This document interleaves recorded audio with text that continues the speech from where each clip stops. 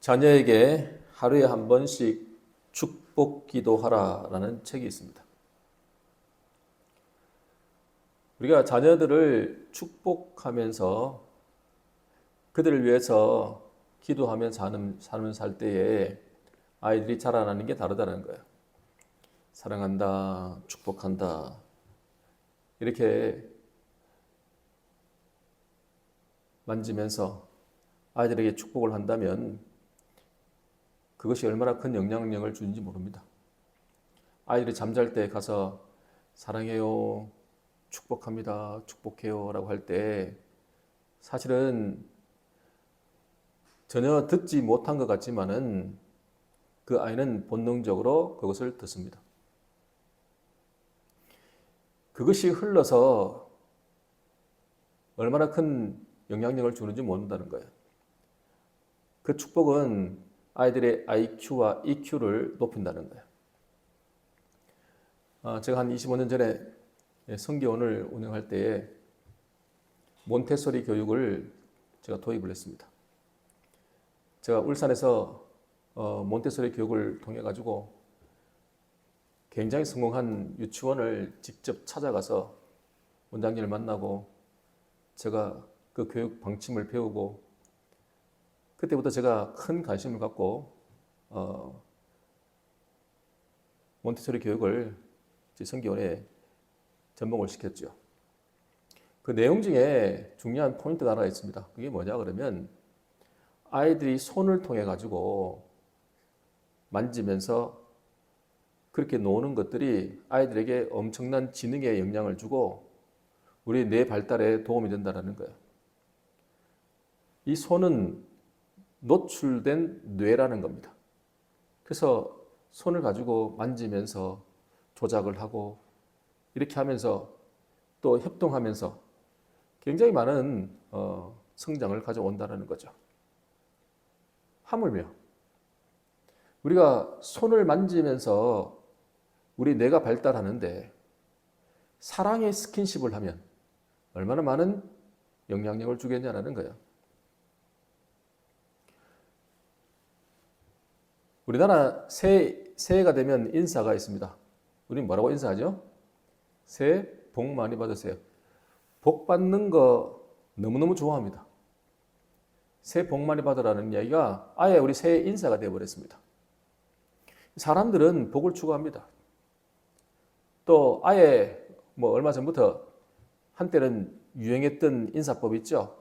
이제는 새해 복 많이 받으세요라고 안 하고 뭐라 그래요? 부자 되세요라고 인사하죠. 복이라는 개념이 구체적으로 부자라는 것으로 특정이 돼가지고 그러면 좋아하는 거예요. 그게 굉장히 큰 인사가 되는 겁니다. 자, 복은 참 중요합니다. 축복을 비는 것도 중요합니다. 야곱이 이집트에 내려와서 제일 먼저 한 일이 뭔지 아십니까? 바로 앞에 서서 제일 먼저 한 행동이 바로를 축복하는 거였습니다. 이집트 와서 야곱이 제일 먼저 한 일이 바로를 축복한 겁니다. 히브리서 7장 7절을 보면은 낮은 자가 높은 자에게 복빔을 받느니라. 그러니까 높은 자가 낮은 자에게 복을 빈다라는 거예요. 축복이란 말은 상대방을 위해서 복을 빈다라는 이야기입니다. 바로가 사실은 지위로 보면 훨씬 높습니다. 이 세상에서 바로보다 높은 자가 없습니다. 바로가 제일 높은 자입니다. 야곱이 세상적 지위로 높은 게 아니고 영적 지위가 높다라는 거예요. 더 정확하게 말하면 하나님의 생명이 충만함, 그 충만한 영적 권위가 더 높았다는 이야기입니다. 야곱에게 있었던 그 하나님의 생명력이 결국은 축복을 하게 하는 겁니다. 그리고 시간이 지나서 야곱이 병들었다는 소식을 요셉이 듣습니다. 그 소식을 듣자마자 다른 어떤 아들보다 제일 먼저 두 아들을 데리고 달려갑니다. 여기서 병들었다는 단어는 약했다, 약하다라는 의미도 있습니다. 사실은 병들었다는 개념보다는 연약하다라는 말이 더 정확합니다. 나이가 들어서 기운이 다 빠져서 죽을 때가 되어서 쇠약해진 상태를 말하는 겁니다. 어떤 죽을 병이 걸린 게 아니라. 그때 나이가 147세입니다. 예전에 젊을 때 집안에 살 때의 형에서는 상남자였습니다. 와일드하고 사냥 잘하고 남자다웠습니다. 야곱은 어땠습니까? 집안일하고 소심하고 유약했던 모습이 기억이 납니다. 에서는 강하고 야곱은 약했습니다. 근데 그가 나그네 생활을 하면서 우물가에서 라헬이 왔을 때 그들의 양들을 물을 먹이기 위해서 어떻게 합니까? 혼자서 그 큰 돌을 밀어붙여서 움직이게 하는 거의 삼손과 같은 괴력을 발휘한 적이 있습니다. 나중에 약복강에서 하나님의 사자와 씨름할 때에 얼마나 힘이 세고 끈질겼는지 떨어지지 않아서 어쩔 수 없이 엉덩이 뼈를 두들겨 패가지고 부러뜨렸는데도 불구하고도 그래도 안 놓습니다. 얼마나 힘이 셌는지 모릅니다. 지금 뭘 보여주냐면은 야곱이 젊었을 때는 약했다.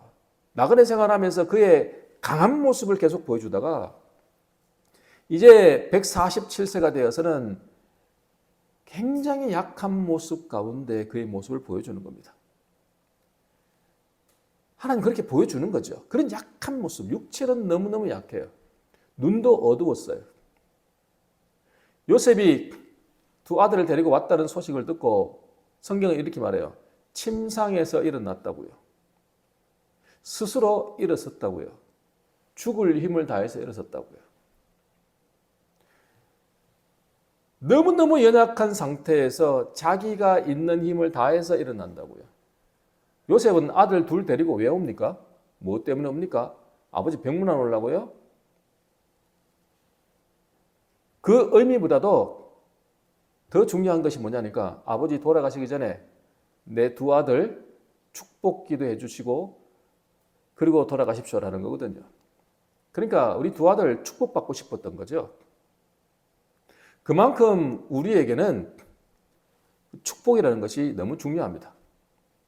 더군다나 야곱은 족장 아닙니까? 믿음의 조상 아닙니까? 언약의 후손 아닙니까? 아브라함과 이삭과 야곱으로 흘러가는 그 하나님의 그 은혜의 축복의 통로가 자신이 되기를 원해서 두 아들을 데리고 온 거 아니겠습니까?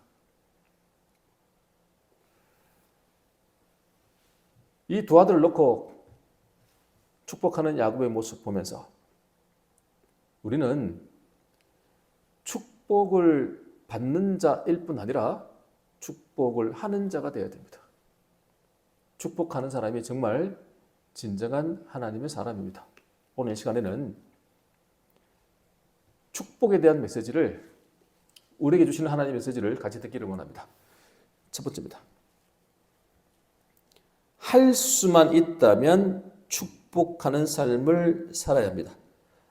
우리 한번 따라합시다. 할 수만 있다면 축복하는 삶을 살아야 합니다.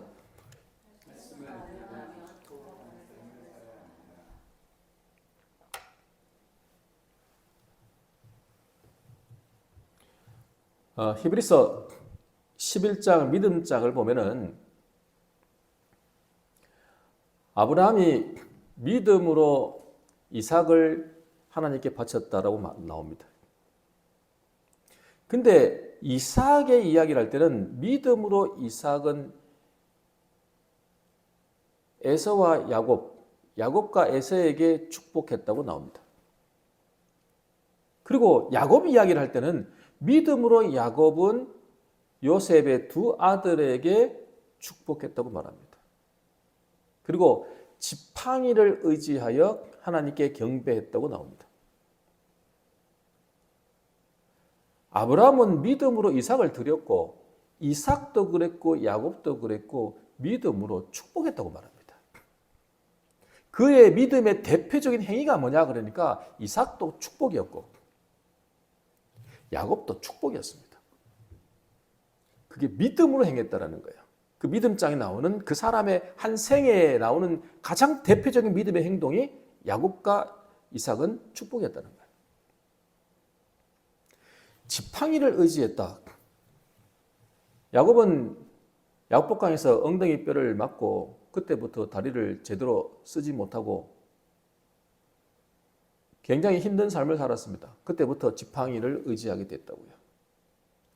이 모습은 어떤 모습이냐 그러면 하나님께 두들겨 맞고 자신의 육체는 연약해졌으나 하나님의 생명력은 더 강해지는 거예요. 육체는 약해졌지만 그의 생명력은, 그의 삶은 더 은혜로운 삶이 되었던 거예요. 성숙한 삶으로 변했던 거지요. 지금 오늘 그 장면을 말하는 거예요. 억지로 정말 힘들게 죽을 힘을 다해서 침상에 앉아서 야곱의 두 아들에게 축복하고 지팡이를 의지하여 하나님께 경배하는 거예요. 지금 그 모습을 보는 겁니다. 우리는 요셉을 생각하면, 여러분, 요셉은 어떤 사람입니까? 하나님의 지혜가 있는 사람 아닙니까? 여러분, 영적인 사람이었습니까? 육체적인 사람이었습니까? 영적인 사람 아닙니까? 그가 하나님의 통치자가 되어서 세상을 구원하는 자가 되지 않았습니까? 하나님이 주시는 그 꿈과 지혜를 그대로 실현해가지고 세상을 구원하는 자가 됐잖아요. 하나님의 통치가 일어나고 바로도 인정했잖아요. 하나님을 인정하는 사람이 됐잖아요. 하나님을 인정하도록 만든 사람이 누굽니까? 요셉 아닙니까? 영적인 사람이라고요.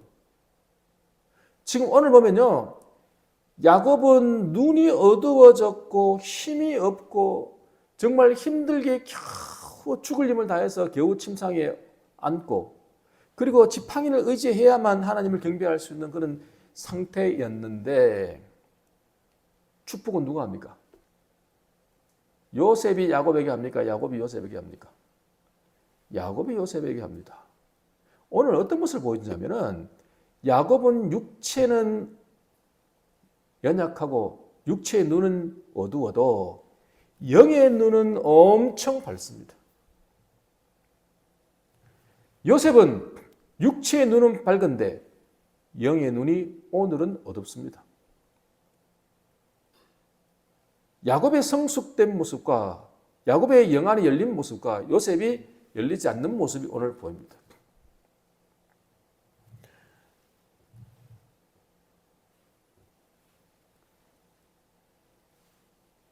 하나님은 사람을 창조할 때 장자권을 주셨습니다. 장자권의 축복을 주셨습니다. 원래 사람은 첫 번째 하나님의 생명을 담는 그릇으로 지어졌습니다. 그래서 하나님의 생명을 담아 하나님의 생명으로 생육하고 번성하여 살도록 하셨습니다. 하나님의 생명을 낳고 그 생명 안에서 자녀를 낳고 생육한 복을 살아라. 그래서 하나님을 표현하며 살아라. 이게 첫 번째 복이었고요. 두 번째 복은 뭐냐니까 땅에 충만해가지고 하나님께서 기업으로 주신 그 땅에 누리며 살아라. 하나님을 누리며 살아라. 이게 두 번째 복이고요. 세 번째 복이 뭐냐 그러니까 모든 생물을 다스리라. 다시 말해서 하나님을 대표해라. 하나님을 대신해서 다스리는 삶을 살아라. 이게 뭐냐니까 장자권의 축복이에요. 근데 죄를 지으면서 이 장자권의 축복을 잃어버렸습니다. 그것을 회복하는 복을 주시는 게 바로 아브라함과 이삭과 야곱에게 동일하게 생육하고 번성하여 땅에 충만하는 복을 그들에게 주신다고요. 자, 성경 볼까요? 48장 3절 4절 같이 읽을게요. 시작. 요셉에게 이르되 이전에 가나안 땅 루스에서 전능하신 하나님이 내게 나타나사 복을 주시며 내게 이르시되 내가 너로 생육하고 번성하게 하여 내게서 많은 백성이 나게 하고 내가 이 땅을 내 후손에게 주어 영원한 소유가 되게 하리라 하셨느니라. 아멘. 전능하신 하나님이 나타나셔서 아브라함에게도 말씀하셨고 야곱에게도 말씀하셨어요. 지금 루스는 베델입니다. 예전 창세기 35장에 하나님이 나타나셔서 베델에서 말씀하신 내용입니다. 그럼 하나님께서는 전능하신 하나님이라고 말씀하셨는데 누구에게 제일 먼저 말씀하셨냐 그러니까 아브라함에게 말씀하셨습니다. 창세기 17장에 아브라함이 99세 때 아브라함에게 나타나셔서 나는 전능한 하나님이라고 말씀하셨습니다. 나중에 이삭이 바단 아람으로 이제 보낼 때 야곱에게 축복하기를 뭐라고 축복하면서 기도하냐니까 전능하신 하나님께서 네 앞길을 인도하시기를 원한다라고 축복합니다. 야곱이 베델에서 하나님의 제사를 드리고 하나님께 나타나셔서 나는 전능한 하나님이다 라고 오늘 지금 본문 말씀처럼 생육하고 번성하고 이 복을 주겠다고 하나님 약속을 하십니다. 지금 요셉에게 야곱이 다시 한번 그때 나타나셔서 전능하신 하나님이라고 하신 것을 다시 한번 말을 합니다.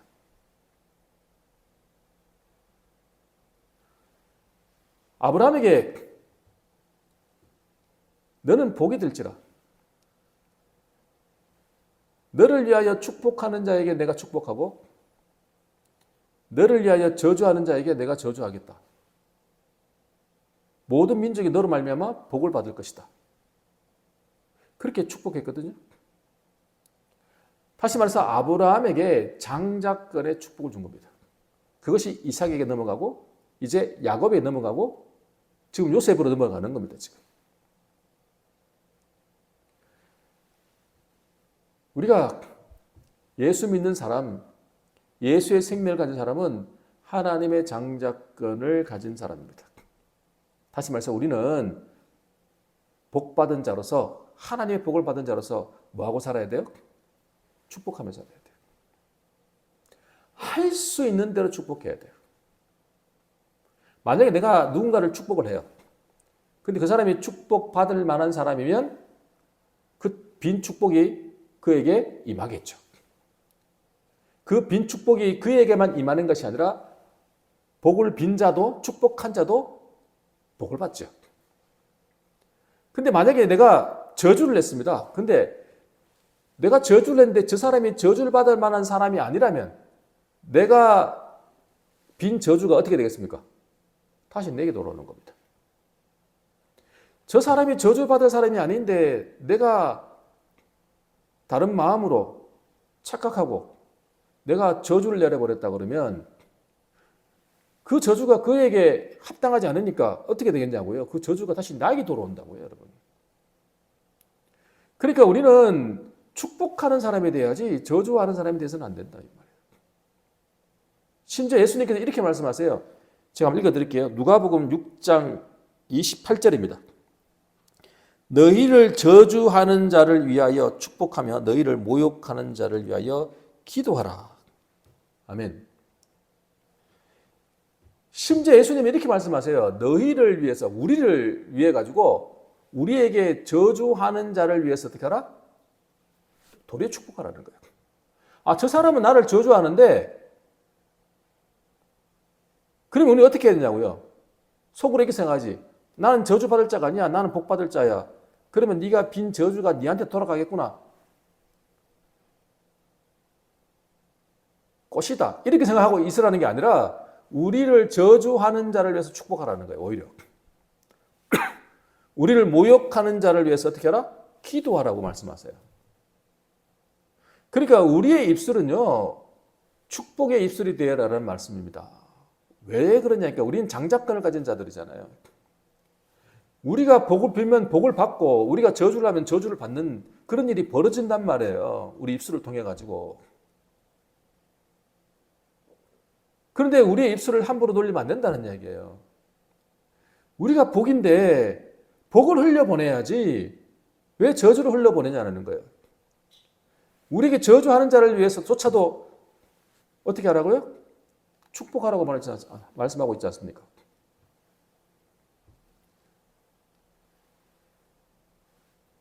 그뿐 아닙니다.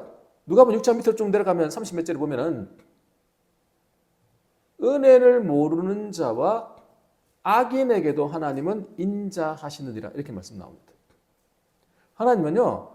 은혜를 모르는 자, 악한 자에게도 하나님은 어떤다? 인자하시다라고 말씀합니다. 그래서 우리가 비는 축복은요, 굉장히 중요하다는 거예요. 야곱이 요셉에게 묻습니다. 이들이 누구냐? 잘 안 보이니까 물어보죠. 아버지, 제가 이집트에서 낳은 하나님 나에게 주신 아들입니다. 아, 그래? 아니, 데리고 와라. 내가 한번 알아보자. 내가 이 아들을 내 축복하겠다. 그 두 아들을 데려오니까 끌어안고 입 맞추고 안으면서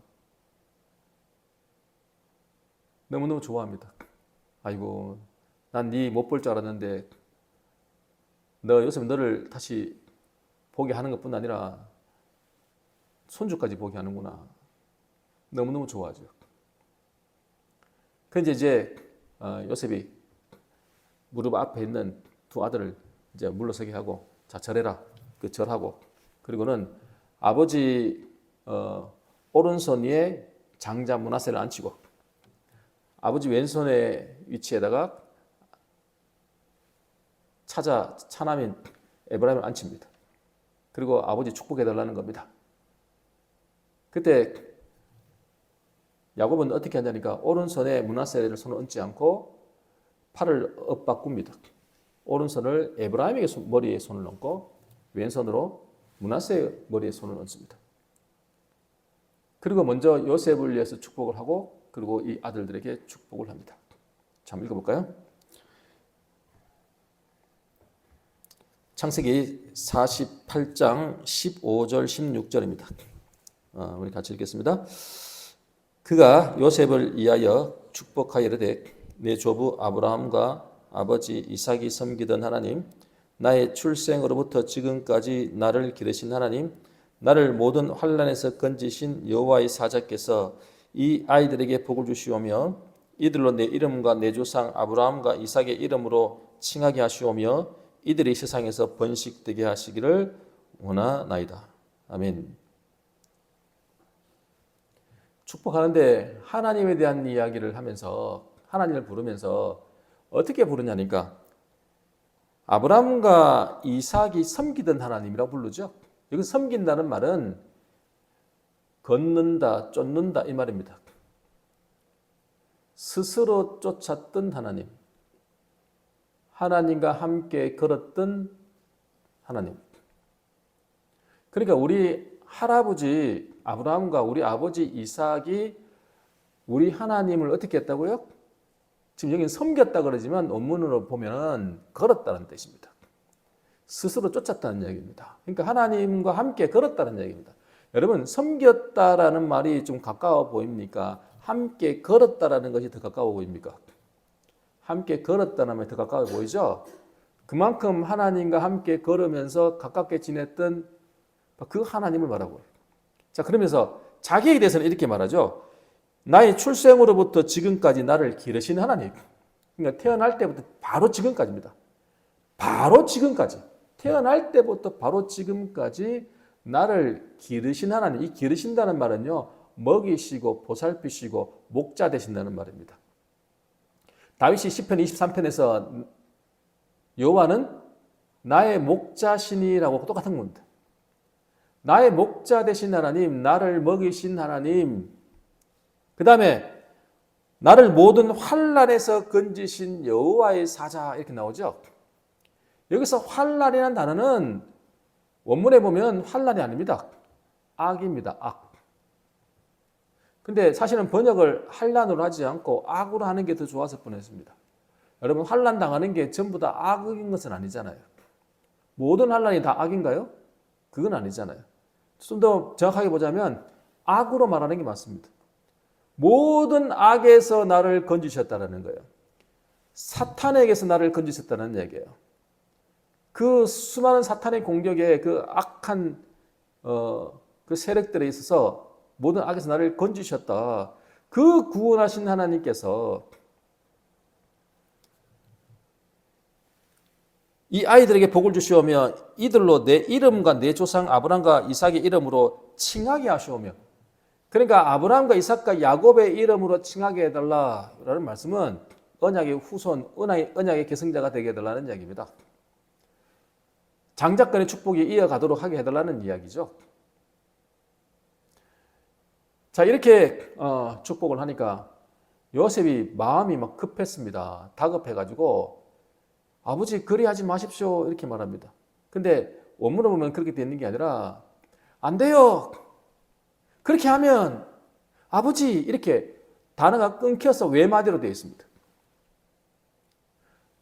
이 말은 얼마나 급했으면, 마음이 급했으면 안 돼요. 그러면 안 돼요. 아버지 이렇게 말하는 거예요 지금. 왜 그래요? 아니 오른손이 장자에 가야 되는데 이 오른손이 차자에 가 있고 왼손이 장자에 가니까 이게 잘못 바꿔놨단 말이에요. 요셉이 보기에는 지금 잘못 축복하고 있는 거예요. 근데 야곱 뭐라 그래요? 나도 안다 아들아 내 아들아 나도 안다 이렇게 말합니다. 나도 알아 이 말입니다. 지금 이 순간에는요 야곱은 영안이 지금 밝아 있고요. 하나님께서 어떻게 생명의 역사가 일어날지를 이미 알고 그렇게 하는 겁니다. 눈이 어두워서 잘 몰라서 이렇게 엇바꾼 게 아니고 하나님이 주시는 감동대로 그렇게 한 거예요. 근데 요셉은 눈에 보이는 대로 판단한 거 아닙니까? 우리가 이럴 때 많다고요. 저 사람은 참 성품이 좋아, 착해. 그러니까 이 사람은 예수 잘 믿겠다. 목사님, 예수 믿어도 성질 더러운 사람은 더러워요. 안 고쳐져요. 그래서 성질 더러운 사람이 예수 믿으면 그 성질 더러운 건 그대로 남아있기 때문에 변함이 없다라는 거예요. 그래서 그 사람은 쓰임받기 힘들겠다라는 거예요. 그러니까 모든 게 어디에 달려있어요? 그 본성, 육체의 본성에 달려있다고 말하는 게 틀렸다라는 거예요. 성경은 왜 이상하게도 아브라함도 장자가 아니었습니다. 이삭도 장자가 아니었습니다. 야곱도 장자가 아니었습니다.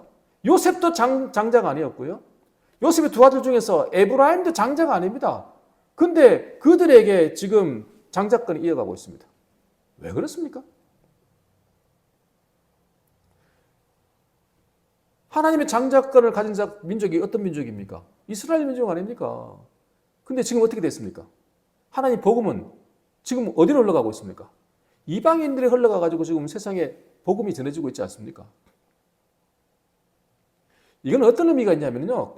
우리가 육체로 타고난 생명은 이게 바로 첫 번째 생명이잖아요. 바로 두 번째 생명, 거듭난 생명. 예수님과 함께 죽고 부활하여 거듭난 이 생명, 이 두 번째 생명이 진짜 장자권을 이어간다는 거예요. 원래 타고난 성품이 좋아서 하나님의 쓰임 받는 그릇이 되는 게 아니라 하나님의 생명을 받아들인 자가 하나님의 장자권을 가지고 살아간다는 이야기입니다. 그런 우리들은 입술을 열 때 어떻게 하라고요? 축복하라는 거예요. 축복. 할 수 있는 대로 축복하라는 거예요. 여러분 우리의 축복이요 그대로 흘러갑니다. 축복하며 사시기를 간절히 축원합니다. 자, 마지막 두 번째입니다. 좋은 말이 아니라 생명을 흘려보내야 합니다. 한번 따라합시다. 좋은 말이 아니라 생명을 흘려보내야 합니다.